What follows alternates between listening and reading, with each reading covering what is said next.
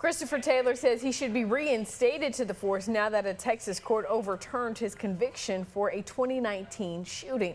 Senior reporter Tony Plohetsky is here with us. He has more on Taylor's case and really how the city is responding. Tony, first and foremost, for people who may not remember this, I want you to walk us through the background of the case and what led to Taylor's conviction. So this goes back to 2019. So we're talking 7 years ago when Officer Christopher Taylor responded to a call in a downtown condo.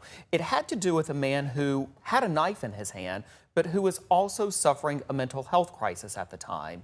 Officer Christopher Taylor opened fire on him along with another officer when they believed that he posed a threat not only to them, but to other people in that building.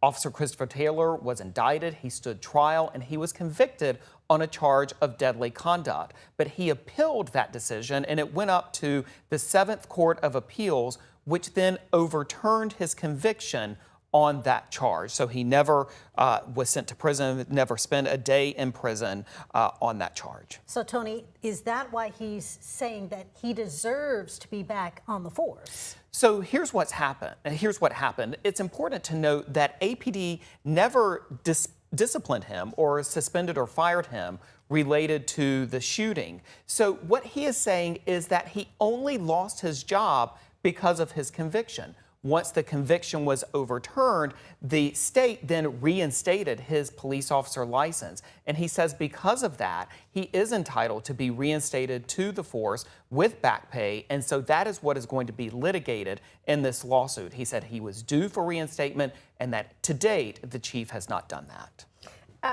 So let's I want to get to something else first, but before we go there, how is the city responding to all of this? The city is saying that it intends to fight this lawsuit, that they had not been served as of last night when we first learned about this, but it is their position that they have done nothing illegal in this case and that they ultimately have the decision over whether or not it wants to employ Officer Christopher Taylor. We have limited time, Tony, but we should know Christopher Taylor's known not only for that shooting, correct? That's right.